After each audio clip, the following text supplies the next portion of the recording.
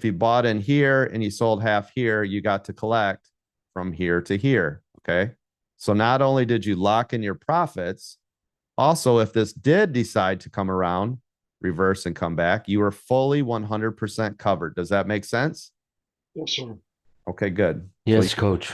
okay, good. So you bought here, came to here, it goes back down, right? It comes back up. You're like, oh, I don't like it, right? For whatever reason, you're like, okay, I want out. There's another. So you collected here. There's your first collection, right? You collected again here, and you're like, oh, I just can't take the pressure. You collect it again here. There's another 20%. And then the other 10%, maybe here you're like, I don't know. I just want to get out of my life. And then there's the other 10, right?